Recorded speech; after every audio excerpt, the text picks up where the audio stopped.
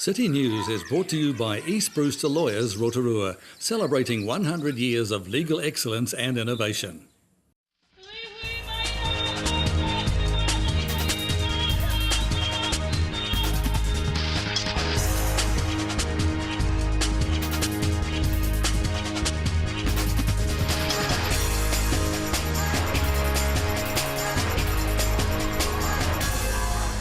Good evening, Rotorua. Tonight on City News. Rotorua St John is to get 2 additional paid ambulance staff thanks to extra funding.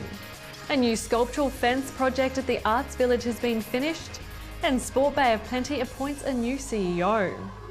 News that Rotorua St John Ambulance is to get 2 additional paid ambulance staff is good news for the local service and the community.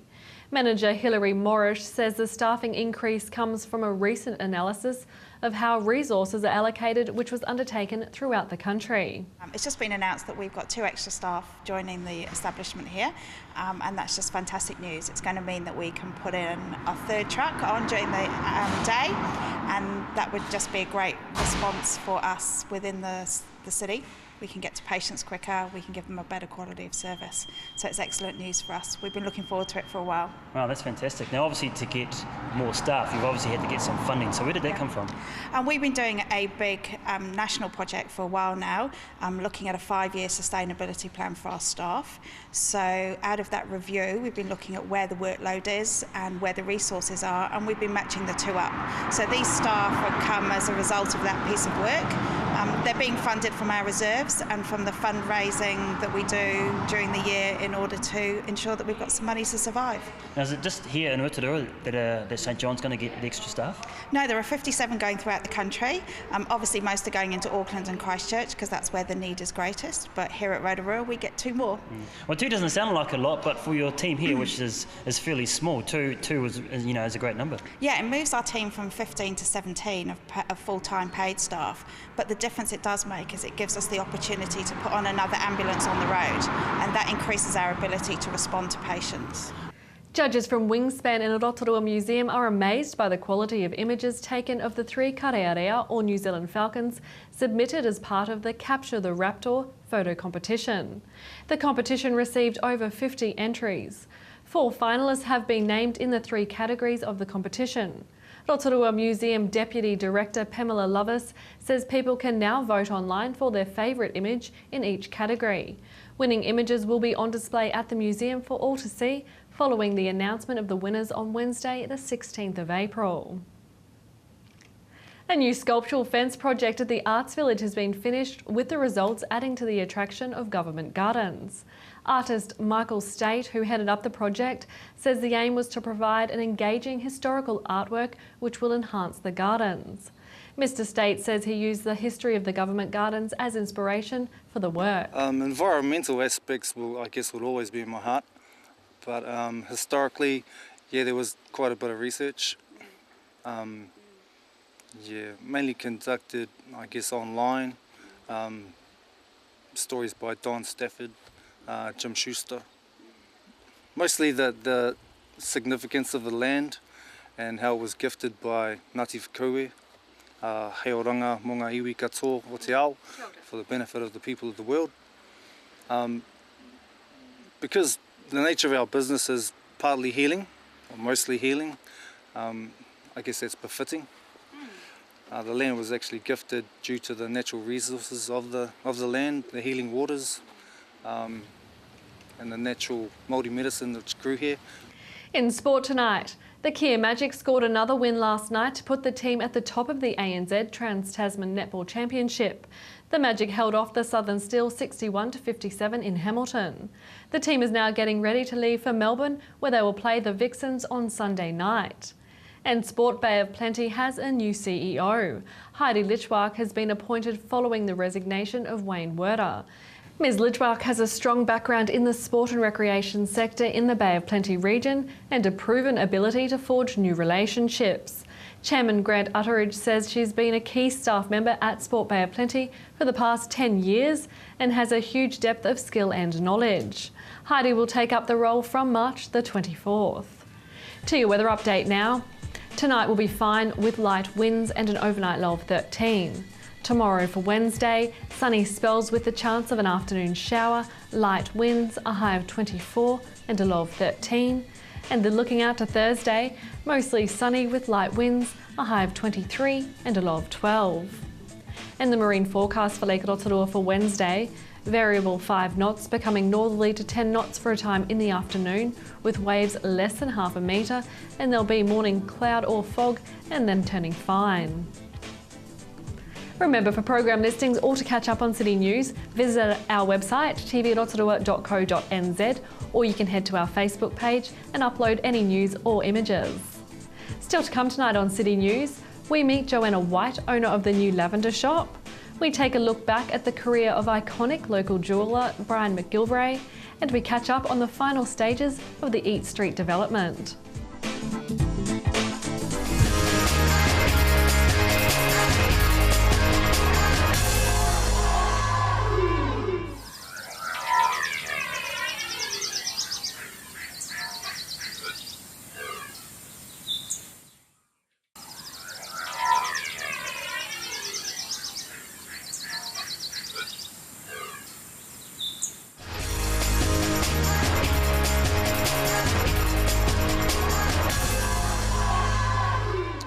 Well, we all know about the empty commercial properties here in the CBD in Rotorua, but there's one lady who I'm going to catch up with in a moment, Joanna White, who decided to jump in the deep end and open up her own shop here on Rotorua Street. So we're going to talk to her and find out about the different obstacles and the challenges she had to overcome to open her shop. Hi Joanna, I appreciate your time today. Now before we get into the actual lavender shop where you're working now, and you started a few months ago, let's talk a bit about you and where this passion for lavender came from. So just share with our audience at home where your passion came from. About 15 years ago, my husband and I started a lavender farm down in Levin. He did recycle furniture. We planted a bit of lavender around the property to give it that Mediterranean look. The first year we collected oil, and I started making creams and soaps and started putting them in the shop on the tables, and really it started from there. So it was just a hobby really? A hobby, yeah. So it's a hobby that's got a little bit bigger now, and I'm really enjoying it because it keeps me employed, and I love lavender, love the whole hands-on work with the... So where do you grow all this lavender? Because I'm having a look and there's photos around your shop of lavender fields, but where do you grow it? We're growing it out at Rotorua, State Highway 30. We've got about 3,000 plants on our lavender farm, and it's growing out there under the bluffs. Yeah, it's beautiful scenery. Now I know as a child my mum used to say to me, if you can't sleep, put some lavender under your pillow. Is that true, or is that just an old wives' tale? Definitely. Yesterday I started doing lavender candles. I'm quite tired today. I have no problem sleeping. In fact, I have problems staying awake. We get a lot of people coming in that does aromatherapy. They come in and they buy quite a bit of the lavender because they know it makes you relax. And people with tensions or headaches, a few drops in the bath water is really good. So apart from helping you sleep and relaxing you and obviously relieving headaches, what other sort of benefits does lavender have? Can you eat it? Yes, you can. We use English lavender. We do lavender shortbread, lavender chocolate. Yep. There's another one that's quite popular in the shop. And you can actually put some lavender on roast meat and that now. And so there's more than just a couple of things. There's lots. Yeah. Even the pure lavender oil, the essential oil, you can put that directly on your skin. So if you've got a boil or one of your kids have grazed their knees, put it straight on. It works a bit like manuka. It's a good healer. So are you self-taught and learning all the properties of lavender and the different things you can do with it? Yes, I am. This is where Google came into quite handy. Uncle Google? Yeah. So I did a lot of research, went to the library. There was a few failures in my creams when I was making it, but I persevered and I did it. So what sort of creams and what do you use them for? We do a lot of hand and heel balm with people with dry skin. The other one is just hand cream. It's not a greasy hand cream that people are finding commercial creams are. A lot of the products is made of vegetable oil and it's not reacting on people's skin. Do you find that people come and talk to you and say, look, I've got some issue with my skin, and then you direct them to a certain product and it obviously would help them? Yes, we get quite a few people coming in with eczema. They're noticing they don't want to use the hydrocortisone, so I work a lot with shea butter and cocoa butter, which is the great moisturiser in the skin. Do you find, just in your experience in the short time that you've been open, that people are coming in and asking questions about the stuff that's in our food and, you know, all the different chemicals and things like that, and looking towards natural therapies? A lot of people are looking towards the natural way. They're always asking what's in it, and especially the soap, and it's all vegetable based. There's no chemicals, and it's not mass produced. It's done in small batches, and we can keep an eye on what's going in there. And yeah. Okay, well, let's jump forward and talk about your shop now, because you've been open for 3 months. What sort of challenges did you have to overcome to open up? Because obviously there's lots of empty shops around town, and there's plenty of places where you could have chosen to have your shop. So why here on Edinburgh Street? I've got a good friend next door. She's got a dress shop next door, and I went to visit her one day, and she mentioned about the shop here. I rang the landlord, and he was negotiable. He was really, really good. So I just came and had a look around. It's the right size, right location, and a lot of people now, they want to come back to the centre of town and they want to see more shops. So with this shop opening, the praise we're getting and the customers coming back, and yeah, the good support from Rotorua. What sort of clients are coming in? Because obviously I would imagine most of them would be women. No, actually we're getting a lot of men coming in. Yeah, we're getting a lot of men coming in. They come in for the soaps on their skin. The soap's lasting a long time. They're drawn in by the smell, because at the moment we've got vanilla candles as well as rose and lavender. So they're coming in and buying it in gifts that are different, or they're coming in for advice, buying gifts for their partners. You haven't had anybody fall asleep at the front door, have you? Not yet? Not yet. Right, appreciate your time. Thank you, Joanna. Okay, thank you. Awesome.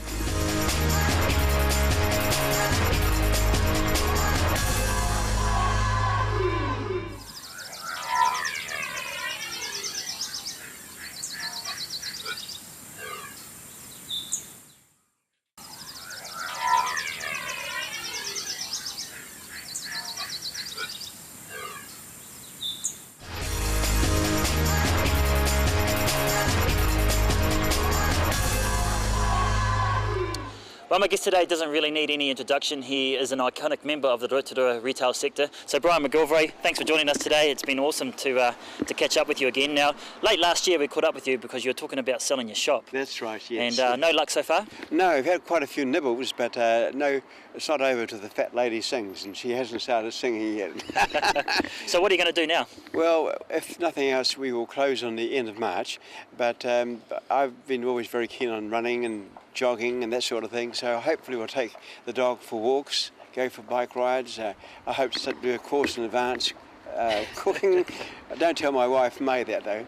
And of course I always enjoy being out in the open. So Christchurch, Rotorua at least, has so many things to offer that you can go out every day and enjoy the sunshine. Yeah. Now, you're, like I said, you're an iconic member of the retail sector here in Rotorua. Let's go back a few years for when you first started the shop.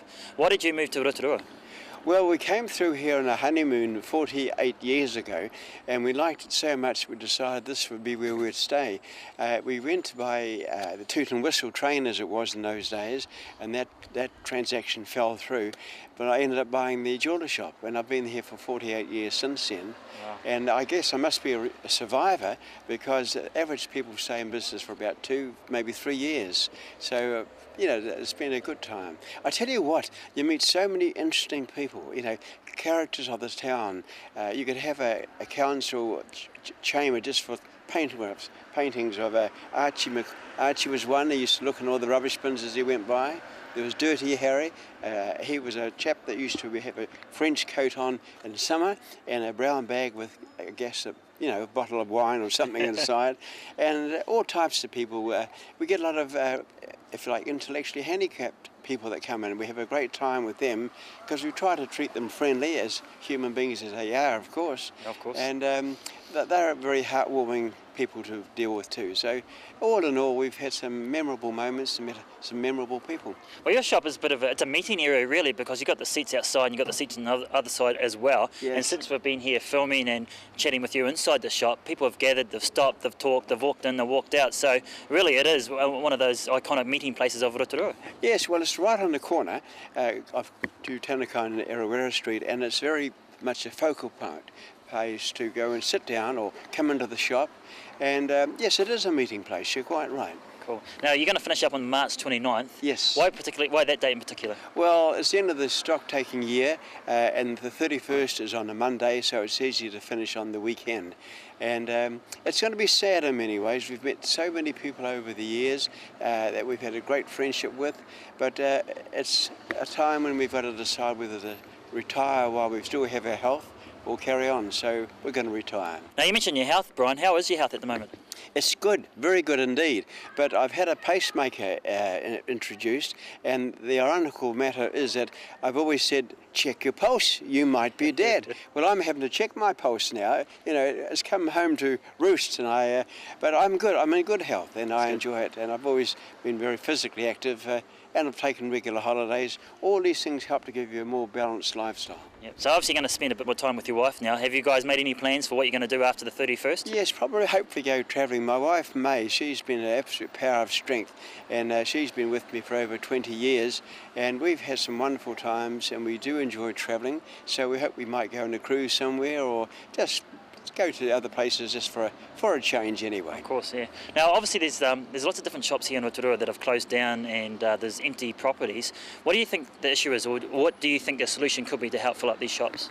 Well, unfortunately, when you have new shopping centres like the Pacemaker, I beg your pardon, the mall across the way from Homehouse Street, you've got the one at Tarawera Road, you've got one out in Ferry Springs Road, all down there.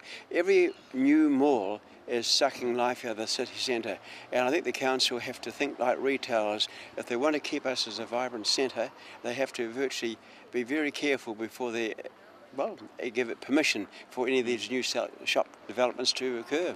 Cool. Now, we're just about out of time, Brian, but before we go, is there anything you'd like to share with our viewers at home?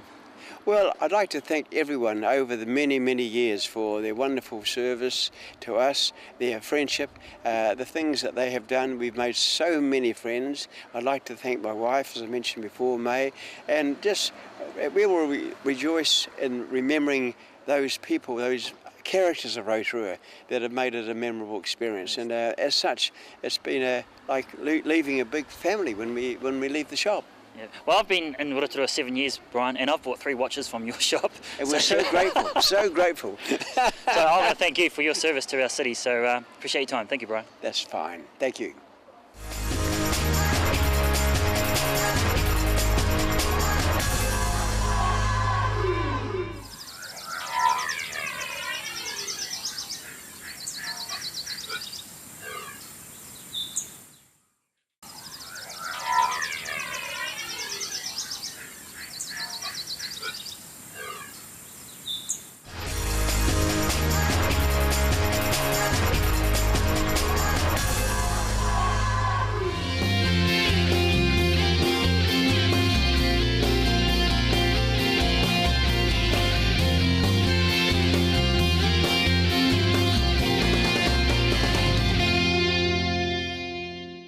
Hey mate, good to catch up with you again. Now this is probably the 5th or 6th time we've interviewed you about Eat Street, but you guys are on the home straight now. We certainly are. If you take the whole length of the project, you know, it's probably, well, for some of the businesses you're talking 10 years, but I guess for us, real years, we're sort of 4.5 years ago. The idea was put into action with, you know, closing the street just to see how it would work, and here we are now. You know, standing in reality. Almost there. A few more weeks and it's done and dusted. Now you mentioned that the roof is just finished, like literally 10 minutes ago, so another good tick in the box. Fantastic, fantastic to be down here actually to know that all that roofing now is done, and of course that means that the scaffolding will start to come down, and that space will open up again. It's great when, great to get to the end. Absolutely. So obviously, when you have big projects like this, you're going to have teething problems, and obviously the warped floorboards or the wooden boards were an issue. What was the solution that you came up to fix it? Yeah, so you can see behind us, we're basically going with a cobbled or paving solution. So we can still do some of the design aspects that the timber provided us, so that weave shape, and you know there'll still be a look and feel to it. But of course, the timber solution, we just it was going to take us too long to get a solution there, and we really needed to get this up and operating now. And so literally in 2 weeks' time, that'll all be done too. So that's fantastic outcome. Shame that it happened, but that's what happens with build projects, and the art is to come up with a good solution and move forward. Yeah. Now that was because of the geothermal underneath, wasn't it? There are a whole lot of design things around that, and I won't go into it all technically. I'm certainly not an engineer or an architect, but it wasn't suitable, and we needed to come up with a better way of doing it. And paving was a very timely and cost-effective way of doing that. Have you heard from any people that have been in here eating in the different restaurants? Have you had any feedback from any of them? Oh, absolutely. To be honest, overall, an absolutely huge positive response. For the businesses down here, there's certainly been a huge increase in activity. In fact, most of them would be quite open about the fact that they were probably caught out a little bit when it first opened, just how much activity. It's not just about the destination, because it's pulling people into the inner city. We're getting reports back from our inbound operators, from people around the world and in Auckland and you name it, all about the fact that there's this new area here, that it's something to come to Rotorua for, and that's what this stuff's about. Here, an individual businesses here and doing well out of it, but it's also about bringing people to our city, reinventing ourselves, saying, hey, we're still modern, we're still current, we're still worth coming to visit and have a good time here. And it's certainly from an atmosphere at night, with the lighting and all the rest of it, it's a great place to come down to, and then venture off into other spaces. Of course, yeah. And just look around, it's obviously got that unique individual style that Rotorua has. So again, have people mentioned that? Yeah, and that was something that we tried to ensure that was going to be. It needed to be unique. It needed to be Rotorua, not we didn't want it to just look like somewhere else. People either love or hate it as a design. Everyone's got their own thoughts. But again, I'm pretty pleased with how that's come out. Now, like I said at the start of the story, you guys are almost finished, so what's the last final few touches you have to do? Yeah, so the last things that are going on at the moment, of course, the cobbling down through the centre here. There are some little intertenancy fences, or little fences that go through some of the areas just to sort of demark which restaurants where. And then just right at the leading edge, and you can see to our side here, we've got these wind diffusers or wind breaks just to help. So how far away from completion are we, Nick? So from my point of view, the project complete is at the end of this month, the end of March, so we're sort of 2 and a bit weeks away, and that will be all the main works all done.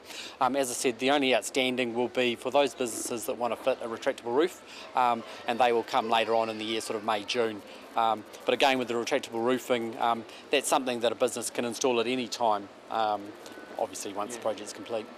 Okay, so you guys have already had the opening for the public. What about a city official opening? Yeah, so there will be an official opening. We obviously opened it to the public just before Christmas, but there was no official ceremony or opening around that.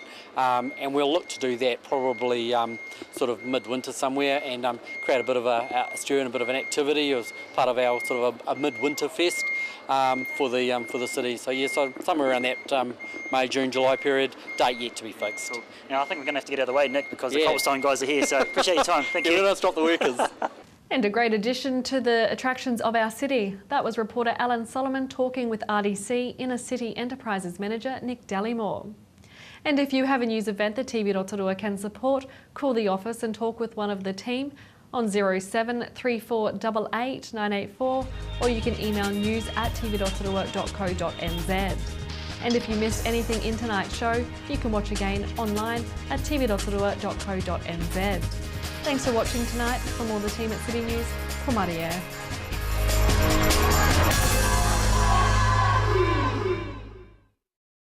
Supporting local content so you can see more of New Zealand on air. City News was brought to you by East Brewster Lawyers Rotorua, celebrating 100 years of legal excellence and innovation.